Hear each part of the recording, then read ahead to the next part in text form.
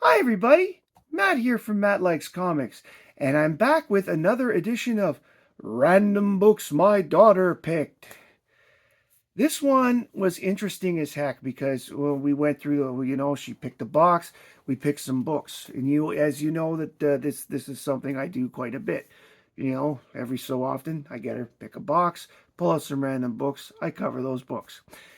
The reason I say that is because the books that I ended up with are probably all dollar bin books these days. Now, don't get me wrong, dollar bin books are fun because they exist too for a reason. And with the subject of them, the Legion of Superheroes, I'm a big fan. I think they're great. I think they're wonderful. And you know, I everybody who's ever watched me knows that how much I love the Legion. In fact, I should be wearing my flight ring for this one. It's a Legion video. So let's put that on. As most people know, the Legion started in 1958. And, if you can see, it's right here. There's their first appearance. And they went through that first series went until 1984 doing they did new books, and then for the last couple of years it was Tales of the Legion, and then it became it was originally Superboy series and became Legion Volume 2 because of course there was a mini series in the 70s, but became Legion Volume 2 and then became Tales of the Legion, which became a reprint title for the Legion Volume 3, which ran from 1984 to 1989. And that was one of those exclusive series that you could only get in the comic book shops.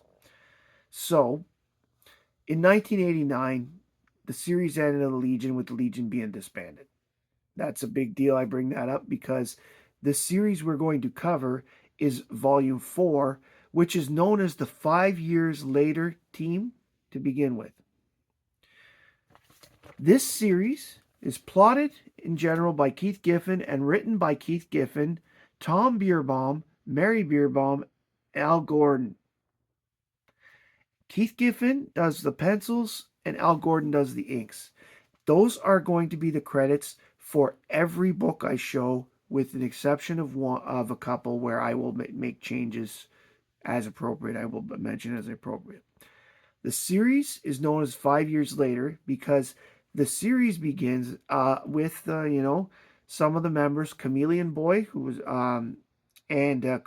convinces Cosmic Boy, hey, it's time to bring the Legion back. At this point, Earth has been conquered by the Dominators. The Dominators made their first appearance all the way back in Adventure Comics 361. And they were, the Dominion War was not the Star Trek one. The Dominion War in DC Comics was when the Dominators were going out and trying to collect all the planets, and that was part of the Invasion. If you know the Invasion series right after Crisis for DC Comics, Invasion was when the Dominators were trying to take over Earth then. In the 20th century. Well, in the 30th century, the Dominators, the Dominion, managed to conquer Earth. So they're in charge at the beginning of this series. And that is one of the reasons why they want to bring the Legion back, because they want to liberate Earth. And, unfortunately for them, eventually the Earth blows up. Yes. In this series, we lose the Earth in issue, I believe it was number 30. Let's see here. I wrote it down. I think it's 38. I went one page too far. Yes, issue 38, Earth blows up. So, but the series itself goes on from November 1989 until 2000. It had 125 issues with 7 annuals, 2 specials, a 1 million issue, and a 0 issue. Now, these are the I don't have the full series. There are some small gaps. I have probably about half of them. But these were the books that my daughter ended up picking, and I'm going to go with it Okay, this is issue 6. Okay, issue 6 called Legion of Superheroes, credits as above. This is April 1990. At St. Talbot's Club in Geneva, Switzerland, Sunboy talks to a Celeste Kirkfish and tasks her with finding Roxas. In this early bit, the Legion is going after Roxas, who was a villain who killed all of Element Lad's people. And Element Lad is the only Traumite left. And this was in Adventure Comics 306, and that was Roxas's first appearance as well. And he has killed Legionnaire Block just before this issue, and so the former Legion members want to get him and take him to justice. While a Dominator talks to Circe to make sure that she keeps quiet. On the planet Tharn, Chameleon Boy planned to negotiate with Mordru, who is the big bad in this issue. He's the one whose hand is on the cover. Before he, a new member Kono, Ultra Boy, Cosmic Boy, and the White Witch all are shown illusions by Mordor of people close to them dying in their pasts. While doctors try to save Furball. Furball is the former Timberwolf because he's been hurt. On the planet Core, Roxas leaves many corpses in his wake as he's buying clothes. The story continues because one thing I will say about this series, I cannot describe everything going on in these books. There's so much going on. And so I am trying to give synopsises of the more bigger points to the story. But again, I may miss things, and in some cases, I'm not going to tell you everything because I want you, as always, to read the books themselves. Leading to issue 7, Legion of Superheroes, that's the name of the story, by the way, has same credits, from May 1990. On Thar, Laurel Gand fought Vrykros in Mordu's dungeon over the status of Ron Vidar, who is a Legion reservist, if you'll remember way back to the days his Universal's son.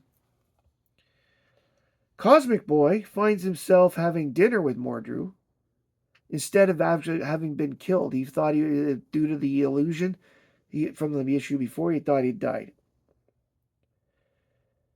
Chameleon Boy, Ultra Boy, and Kono wake up in formal attire before finding Furball and intervening in Laurel's fight with Vrykos, thus defeating him. White Witch contemplates how her teammates were tortured by Mordu when they came to her. And that's probably maybe 5 of the 20-some pages. There's a lot that goes on in these books.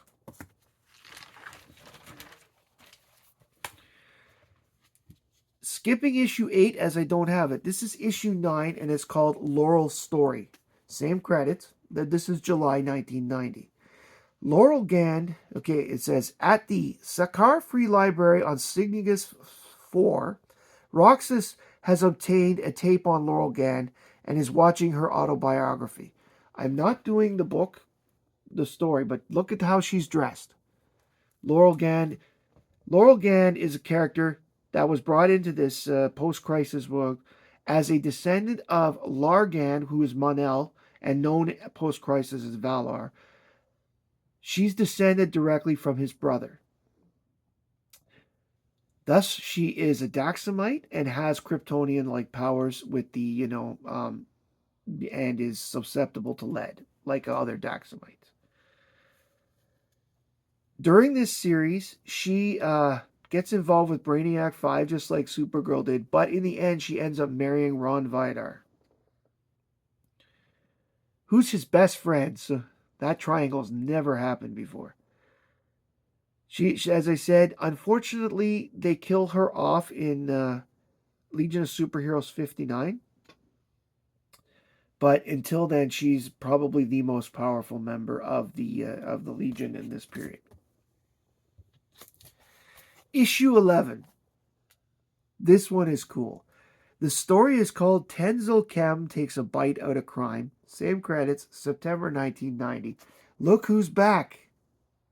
It's Matter Eater Lad. Only he, after serving as president of Bismol, is now a reality TV star. And he has a catchphrase. You wouldn't like me if I'm hungry. As part of his reality TV show before it was canceled during the book, and as a reason for he and Calorie Queen to go to Earth, Tenzil Kem is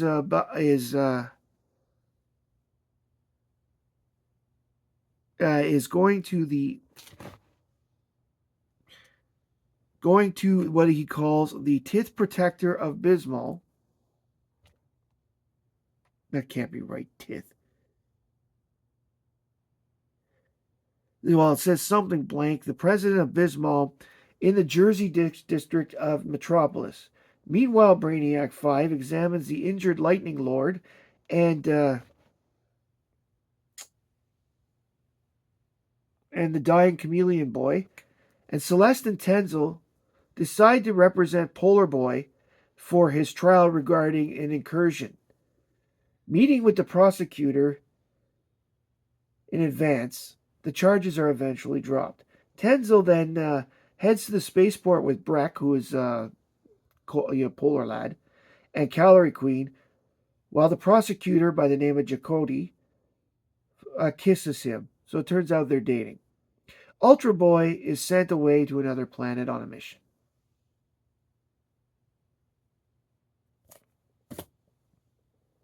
Give me just half a second here. Okay, the Titan president of Bismol. I knew there was a word like that. That's why I need glasses. Issue 12, Rebirth. Same credits, October 1990. While Rock, whose Cosmic Boy's real name is Rock Cran, sometimes I say that. While Rock decided to protect the Lightning Ring plantation with Reap is Chameleon Boy, Reap Daggle, and Brainiac 5, he sends Lightning Lass, Element Lad, Shrinking Violet, and Kono to capture Roxas with the help of the Science Police. While Delvin and Kono and see Celeste emerge from her bed, accompanied by a strange energy. Elsewhere, Ultra Boy realizes he's not on Wyneth anymore. Wyneth is the home planet of the Rands, which are Lightning Lad, Lightning Lass, and Lightning Lord. Say that fast. Lightning Lad, Lightning Lass, Lightning Lord. He's no longer on Wyneth, while the Daily Planet, still around, reports that Roxas is talking with EarthGov. Turns out EarthGov, which of course behind the scenes is run by the Dominators, and Roxas are working together. Cosmic Boy gets a uniform designed by Marla. And Marla, by the way, was the former adult liaison for the Legion who was introduced way back in Superboy 98 and has only made four appearances before this in the 30 some odd years in between. He was in the Ultra Boy story. He was the adult that was with Ultra Boy when Ultra Boy made his first appearance in Superboy 98. All the stuff I remember without having to look. Anyway, issue 13 of the Legion, same credits as above, and this is November 1990. On the planet Quarantine, that's the name of the planet, Quarantine, Kent Shakespeare defeats the Persuader while in order in Above Earth. The Dominators demand results from Circe. Circe is the face of the, it turns out it's the face of Earth government. So that, again, the Dominators, they're doing it, like this. It's a Quisling type arrangement. While Starfinger learns of the Persuader's defeat, Kent expresses his eagerness about you know, rejoining the Legion to Colossal Boy. On Hundia, when a Hun farmer reports Ultra Boy's presence to the Dominion authorities and attempts to escape, while Ivy express anger to Kent for leaving her behind to rejoin the Legion, while Laurel threatens the Huns to stay out of the UP space. I always found that cool that they're called the Huns, but it's Khund because they look exactly like the Huns from Earth. If you go back, their first appearance was Jim Shooter's first story back in Adventure 346. What I like about this series is that Giffen has obviously learned a lot from his time working with Levitz, and he become pretty knowledgeable about Legion lore this way. Issue 14, Tenzel Kem. This is from January 91. The same credits with the exception that Al Gordon was not involved in the writing. Basically, this book is a solo Matter Eater lad story about what he is doing on Earth while the Legion is off-world. There is, information about he's managed to get information about a corrupt Terran senator that Polar Boy, Mather Eater Lad, and Calorie Queen explore. And this, of course, leads to the real discovery that the Dominators are the ones that are running Earth. After the war, they allegedly left Earth alone, but it turns out that is not the case.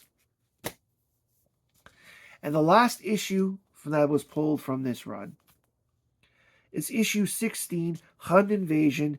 This one, the cover is by Keith Giffen. By the way, all the covers with the exception of this were Keith Giffen and Al Gordon. I forgot to mention that. This one is Keith Giffen alone. And this is written by Beerbaum and Keith Giffen only plotted. Pencils were done by Giffen, Brandon Peterson, and the inks were done by Carlos Garzón and Al Gordon. Basically, this is the start of a long arc where the Huns invade United Planet space and the Legion fight them. The Dominators, this is the series that introduces, by the way, the Batch SW6 Legionnaires, because the Dominion had kept a bunch of the DNA of the... somehow they got DNA of the Legionnaires that were Legionnaires in the time before Pharaoh Lad passed away. They had access to it, and they managed to start making clones. That's a big storyline that happens in this series as well. This series is interesting, but it leads to the confusion that leads in Legion series that are after, until the return of the original team in 2006. If you like this video, please like, comment, and subscribe below. In particular, if you have any questions about this series and you want me to answer them, throw them down in the comments, and I will throw an answer as well as I can to the question below. I want to thank my sponsor, Nefarious Comics. Contact info in the description for being a friend of the channel. Thank you all for joining me today. I hope you like this video. I really enjoyed doing these daughter ones because it makes her feel involved in the channel as well. And I think it's great. It's something that we do together. Thank you all very much for joining me today. My name is Matt. I like comics, and I hope you do too. Bye, everybody.